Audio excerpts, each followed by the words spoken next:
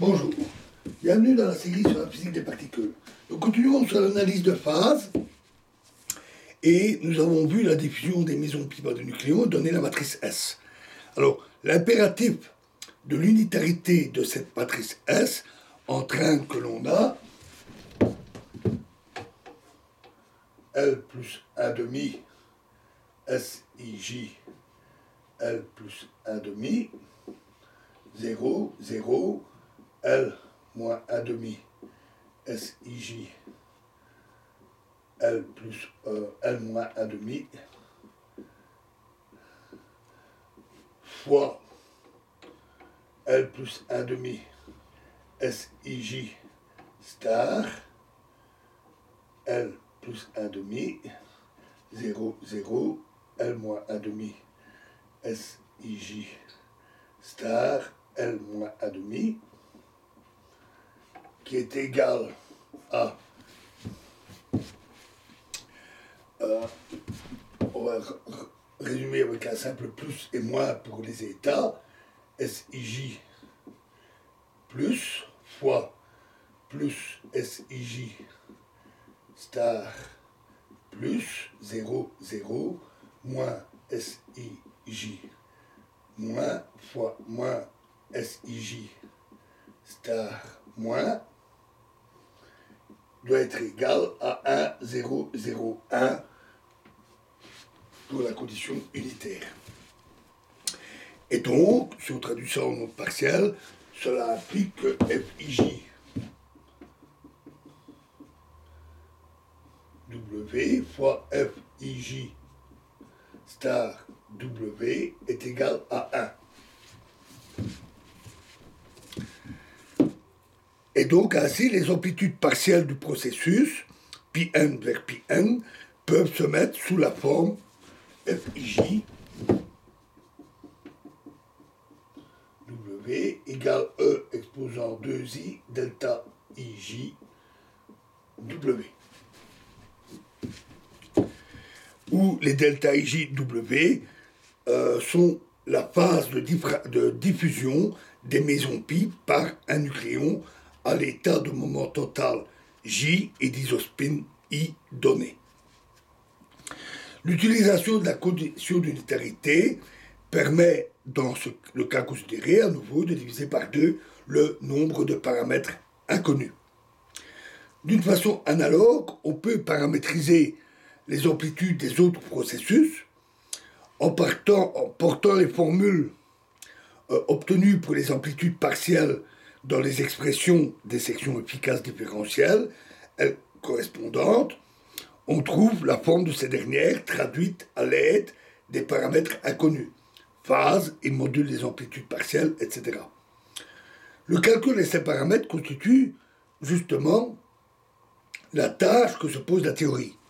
Pourtant, avant d'exposer les méthodes théoriques de leur calcul, on va examiner le mode par lequel ces paramètres sont déterminés à l'aide des données expérimentales. Cette méthode a donc reçu le nom d'analyse de phase des données expérimentales et son idée est assez simple. On donne les expressions théoriques des sections efficaces différentielles contenant les paramètres inconnus. On possède pour les mêmes sections des données expérimentales. On porte donc dans les premiers membres des expressions théoriques les valeurs des grandeurs expérimentales correspondantes, et il en résulte ainsi un système d'équations qui rend possible la détermination des paramètres inconnus. Très simple dans le principe, calcul un peu plus compliqué. Effectuons par exemple l'analyse de phase des données expérimentales sur la diffusion d'une maison pi par des protons. Alors, voici les processus de diffusion des mesons sur des protons qui sont étudiés expérimentalement. On l'avait déjà vu. Pi plus proton donne pi plus proton. Pi moins plus proton donne pi moins plus proton. Ou pi moins plus proton donne pi 0 plus neutron. Considéré comme un processus élastique pour un but d'interaction forte. Pour chacun de ces processus, on a mesuré 1. Les sections efficaces totales sigma des protons non polarisés, qui sont les particules cibles. Deuxièmement, on a mesuré les sections différentielles des sigma des protons non polarisés. Et enfin, troisièmement, on a mesuré la polarisation des protons de recul. P. Lorsque l'énergie du méson pi initial devient plus grande que le seuil de création de 2 mésons pi, c'est-à-dire environ 200 mégaélectronvolts, il devient possible que les processus élastiques s'accompagnent de processus inélastiques, avec création de particules. La probabilité d'observer alors un processus élastique devient inférieure à l'unité.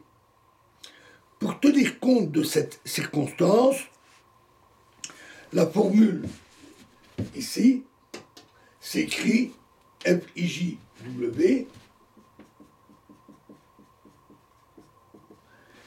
est égal à 1 sur 2i fois état IJ W fois E exposant 2IJ 2I delta IJ W moins 1. Ici, état IJW est le coefficient d'absorption.